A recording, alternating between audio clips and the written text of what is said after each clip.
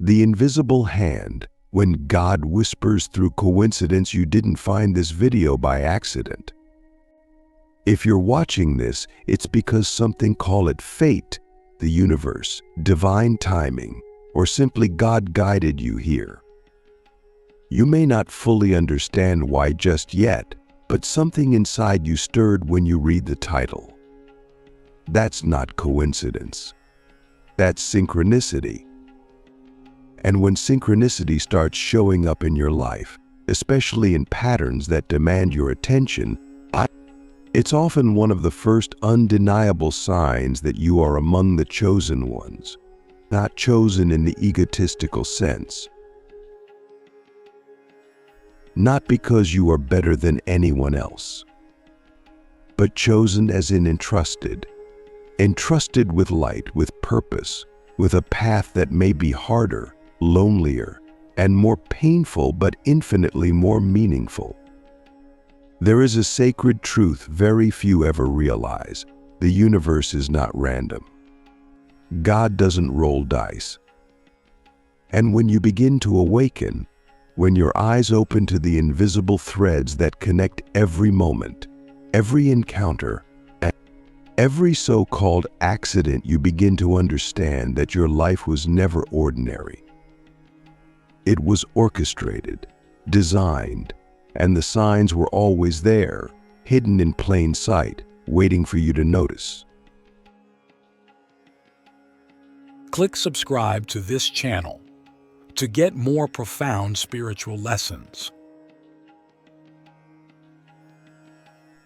Let's start with the first sign. You've always felt different, haven't you? From a young age, something about you just didn't quite fit. You may have tried to blend in, to be normal, to follow the path laid out for everyone else, but deep down, there was always a quiet voice whispering, "This isn't who you are."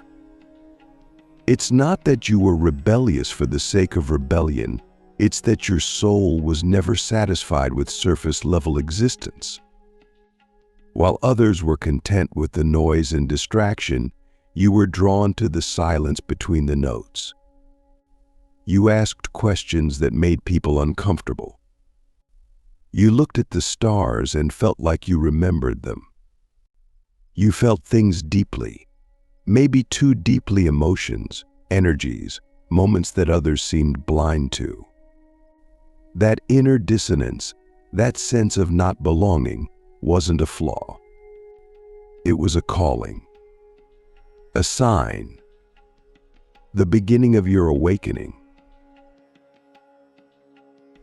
Then comes the second sign, synchronicities that seem too precise, too timely, too frequent to be chalked up as mere coincidence.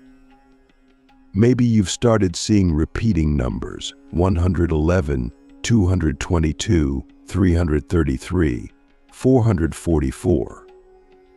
Maybe you hear the same phrase from multiple people in the span of a day. Maybe someone appears in your life just when you need them, or a door opens when you thought everything was falling apart. These aren't accidents. These are divine breadcrumbs scattered across your path to remind you that you're not alone and that your journey is being guided. The more you awaken, the more these signs accelerate. They start simple, but grow in complexity and clarity. It's as if the universe is speaking to you in a symbolic language, and the more you listen, the more fluent you become. But here's the catch: you have to act on them. Synchronicities are not just signs, they are invitations. When you ignore them, they repeat. When you follow them, the path unfolds. The third sign is not as glamorous, but it is just as powerful: suffering. Yes, deep, often inexplicable suffering. The kind that scars you, that breaks you open, that forces you to question everything. This pain is not random. It didn't happen to punish you, it happened to prepare you. The chosen ones are often refined through fire. They are not given easy lives because easy lives don't produce deep souls. The betrayal, the abandonment, the loss, the depression, the nights you begged the sky for answers, all of it was shaping you. Your suffering carved out space in your soul for compassion, for depth, for divine power to reside. It made you sensitive to the pain of others. It stripped away your illusions. It brought you to your knees so you could rise in your truth. Pain is the great initiator. No one becomes truly awakened without walking through their own valley of shadows. Then there's the fourth sign you begin to feel led, not by logic, but by something deeper. You might not be able to explain it to others, but you know when it's time to move, to let go, to shift. You're being pulled, not pushed. Maybe you left a job that made no sense to leave. Maybe you walked away from a secure relationship or changed your entire life path. And just when you thought you were falling, a net appeared, an opportunity, a new connection, a moment of grace. This is how the divine guides the chosen ones, through intuition, through inner knowing, through synchronicities that confirm the leap of faith. You begin to live not from fear, but from alignment. You begin to trust the whispers more than the shouting. You begin to follow the invisible hand. The fifth sign is one of the most painful, but also the most telling: isolation. You may feel alone, even when you're surrounded. You may try to explain what you're going through and be met with blank stares or dismissive comments. You may feel like no one understands you, and that's because most people aren't meant to. The higher your frequency rises, the more dissonance you'll feel with the world around you. It doesn't mean you're better, it means you're vibrating differently. It's spiritual physics. Your soul is evolving, and not everyone can come with you. This isolation is not punishment, it's incubation. It's the sacred space where you are transformed. Don't resist it. Embrace it. Use it to go inward. Use it to cultivate your gifts, your voice, your connection to the divine. Loneliness often precedes elevation. The sixth sign is the most mysterious. You feel a calling you can't explain. Maybe it's a voice, a dream, a restlessness in your spirit. You know you're here for something. You may not know what it is yet, but you can feel it pulling on your soul every single day. That feeling? That's purpose. That's destiny knocking. It's not always clear. Sometimes it feels like anxiety or pressure or even confusion. But beneath it all, you know you're being summoned. You were born with a mission encoded in your soul, and now it's starting to activate. The synchronicities are the breadcrumbs. The pain is the teacher. The calling is the compass. And the time is now. And finally, the seventh sign, you begin to awaken others. Without trying, just by being you. People are drawn to you. They open up to you. They feel safe, inspired, seen. You may find yourself giving advice, channeling wisdom you didn't even know you had. You may start creating, writing, speaking, painting, building, and your work touches people in ways you never expected. That's not you trying to be special. That's the divine moving through you. That's the light you cultivated through suffering now becoming a beacon for others. The chosen ones are not chosen to rule, they are chosen to serve, to heal, to awaken, to remind others of who they truly are. And now, I ask you a question. A question that only your soul can answer. What if everything that ever happened to you, every heartbreak, every miracle, every coincidence was part of a divine blueprint designed to awaken the real you? Would you finally stop running from your calling?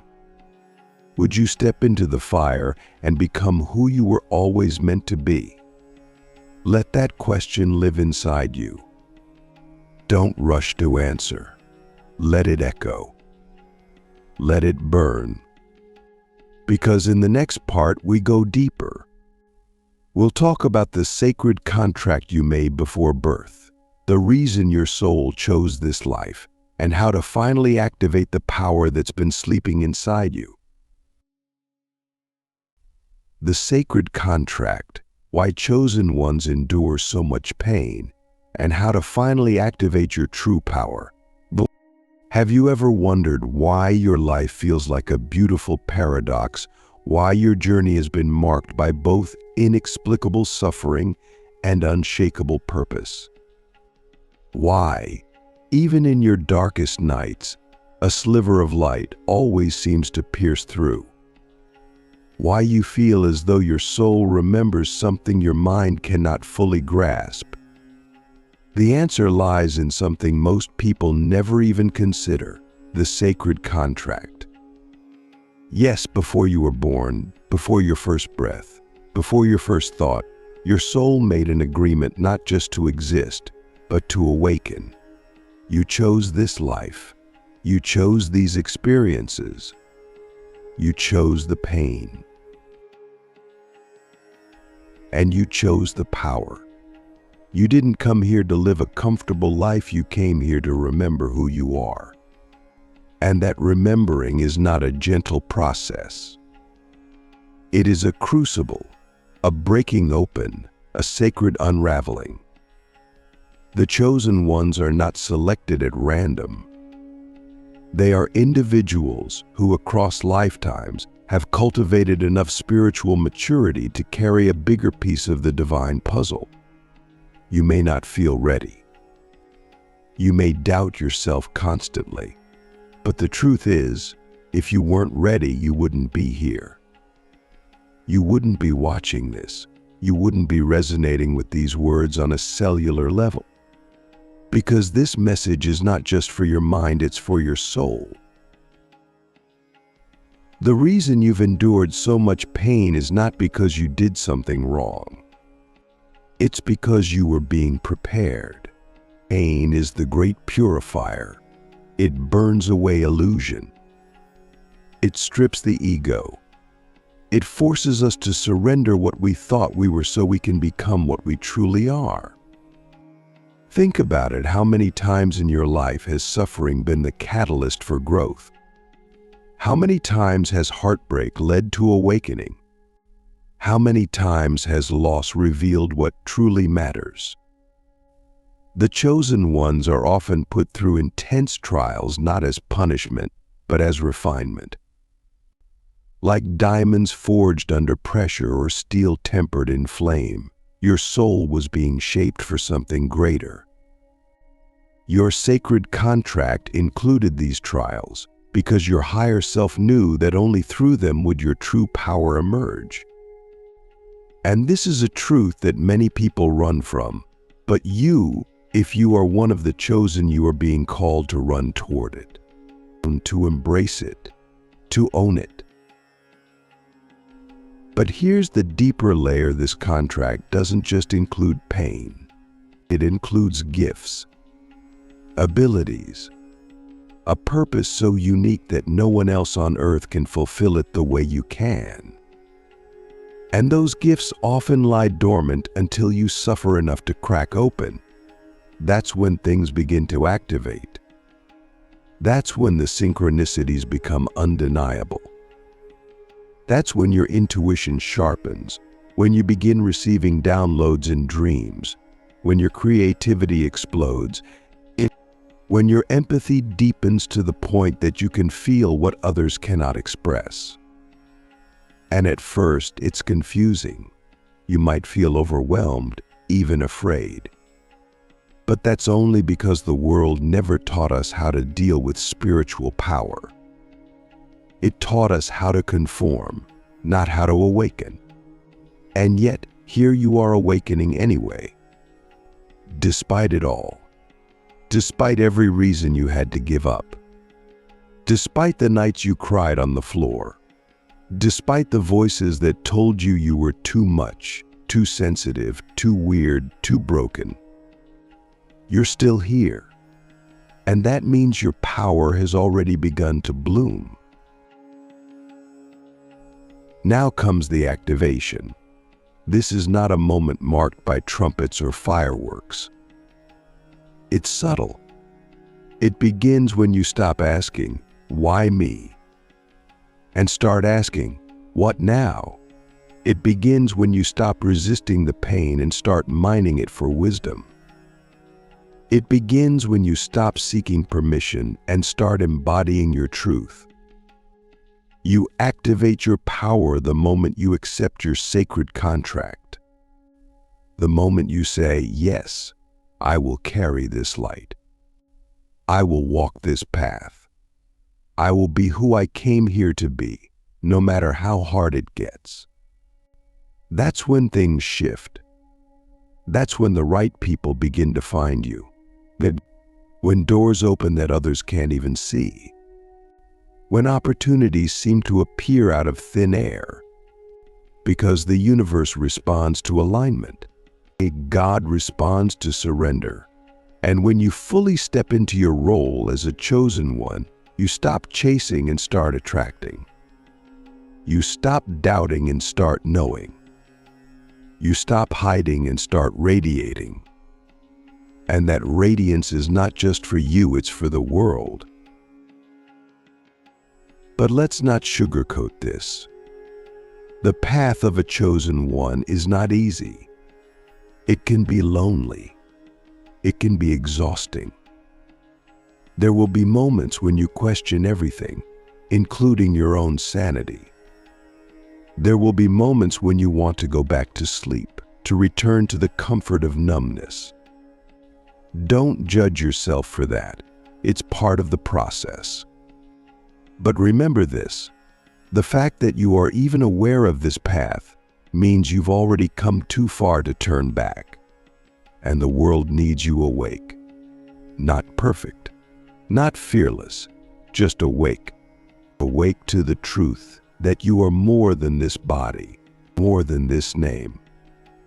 That you are a vessel for divine intelligence. That your presence is a frequency, and that frequency has the power to shift rooms, to heal hearts, to ignite change. You are not here to be liked. You are here to be real. You are not here to play small. You are here to create waves. You are not here to avoid discomfort. You are here to transmute it into transformation. And the more you accept this, the more your reality begins to mirror your inner truth. You'll notice the synchronicities intensify. You'll start to feel time bending around you. You'll begin to receive insights, ideas, visions that feel too advanced to come from you because they aren't from you. They're moving through you. You become a channel, a bridge between dimensions. And while that may sound outlandish to some, you know it's real because you've lived it. You felt the goosebumps during moments of truth. You've heard the inner voice that warned you or guided you. You've seen the signs that spoke to no one but you. And now I must ask you something that only you can answer. In the quiet of your own soul, and what would your life look like if you fully honored the sacred contract your soul made before birth? What would change if you truly believed that every experience has been divinely tailored to activate your purpose? Would you forgive faster? Would you speak louder? Would you love deeper? Would you finally stop waiting and start becoming? This is not about being special. It's about being responsible. Once you know you've been chosen, you can no longer pretend you're powerless. Once you've been shown the truth, you can no longer unsee it. And while it may be tempting to retreat into comfort, the world is starving for awakened ones, for those who see beyond the veil, for those who live not from fear, but from faith, for those who are willing to walk through the fire, knowing they carry the water. So if you feel this message burning in your bones, if every cell in your body is saying yes, then know that your activation has already begun. The sacred contract has been reawakened. Now, it's time to rise. Now that you've remembered now that the ancient truth has stirred again in your soul, what do you do with it? How do you move forward when you know you're not just here to survive, to pay bills, to follow the crowd, but to awaken, to lead, to become? This is where the real journey begins. Because knowing you're chosen is not the end of the story, it's the beginning of your initiation. If you've recognized the signs, if you've endured the pain, if the synchronicities have spoken to you so clearly that you can no longer dismiss them, then you must now answer the call. But answering doesn't mean you suddenly have all the answers. It means you're willing to walk the path, even when the map isn't fully drawn. It means you're willing to follow the thread of synchronicity through the darkness, trusting that every step will be revealed as you take it. This is what faith really is, not blind belief, but the deep knowing that something greater is orchestrating your life, and that your only job is to listen and respond. Divine synchronicities are not just signs, they are instructions. They are alignments encoded with direction. But most people miss them because they're waiting for loud, dramatic revelations. The truth is, God speaks in subtleties. A repeated phrase, a stranger's kindness, a book that seems to leap into your hands, a delay that leads you to the exact person you were meant to meet. These are not accidents. These are coordinates. And when you begin to treat your life as a sacred dialogue with the universe, everything changes. You no longer see obstacles as punishments, but as redirections. You no longer see endings as failures, but as portals. You begin to move in sync with the divine rhythm of your life. You begin to notice that every moment is alive with meaning, that nothing is wasted, that even your mistakes were part of the design. But walking this path takes courage. The world is loud. It's full of distractions. It's built to keep you asleep. That's why the chosen ones often feel like they're going against the current, because they are. You're deprogramming lifetimes of conditioning. You're peeling away layers of fear, doubt, guilt, and shame that were never yours to carry. You're reclaiming your inherent connection to Source, and in doing so, you're threatening a system that thrives on disconnection. So yes, people may leave. Your old life may fall apart. You may find yourself in the wilderness, stripped of everything familiar. But remember this, the wilderness is where prophets are forged. It's where clarity is born. It's where you stop performing and start becoming. And it's where the mission begins to reveal itself. The mission is not always loud or glamorous. It may not involve stages, followers, or applause. It might be the quiet act of loving your family with presence, of healing your lineage, of writing the words that someone else's soul needs to hear. of holding space for one person to remember who they are. That's what being chosen really means. It means you are a vessel for divine impact in whatever form that takes. It means you are here to align your actions, your energy, your very existence with the frequency of love, truth, and transformation. And when you do that, when you live in that alignment, you become a magnet. You begin to draw in the people, opportunities, and experiences that are coded for your awakening. The synchronicities become more powerful. You start to feel like life is conspiring with you, not against you. Because it is. It always was. You just finally caught up to the truth. And here's what few will tell you. Your mission is not static. It evolves as you do. As you heal, you'll be called to help others heal. As you learn, you'll be called to teach. As you awaken, you'll be called to awaken others. The more you step in, the more the path expands. You don't need to figure it all out today. You just need to say yes to the next step, follow the next sign, trust the next whisper. That's how you activate your full power, not all at once, but moment by moment, decision by decision. And every time you choose alignment over fear, every time you choose authenticity over approval, every time you choose your soul's path over society's expectations, and you claim a deeper part of your divinity. But let me say this clearly, power without grounding is chaos. You must root yourself. You must return to practices that center you: meditation, journaling, time in nature, breathwork, prayer. These are not luxuries. They are lifelines. They are how you clear the noise so you can hear the divine guidance that's always flowing. And you must move your body because your body is the antenna. It holds memory, trauma, and wisdom. When you move, you release what is stagnant and make space for what is sacred. Don't just seek the light, embody it. Let it infuse your words, your work, your walk. Let your life become the message.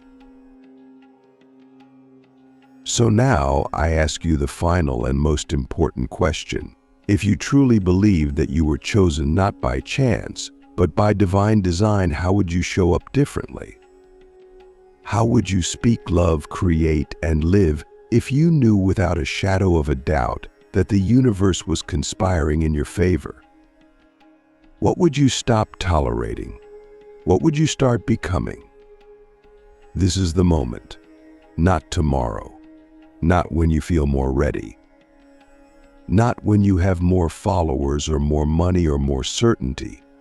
Now, your awakening is not waiting for permission. It's waiting for participation, and you already know what needs to be done. You already know the next step. You've known for a long time. The signs have been there. The synchronicities have been guiding you. The pain has been preparing you. The calling has never left you. It's just been waiting for your full yes. So this is it. This is your confirmation. This is your activation.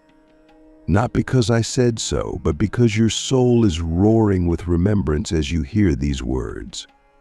You are not broken. You are breaking open. You are not lost. You are being led. You are not too late. You are right on time. You are not alone. You are part of a divine uprising of awakened souls who came to this earth, not just to witness change, but to be the change. And now, with every breath, every step, every choice, you get to live the truth. You are chosen. You are ready. And your mission has already begun.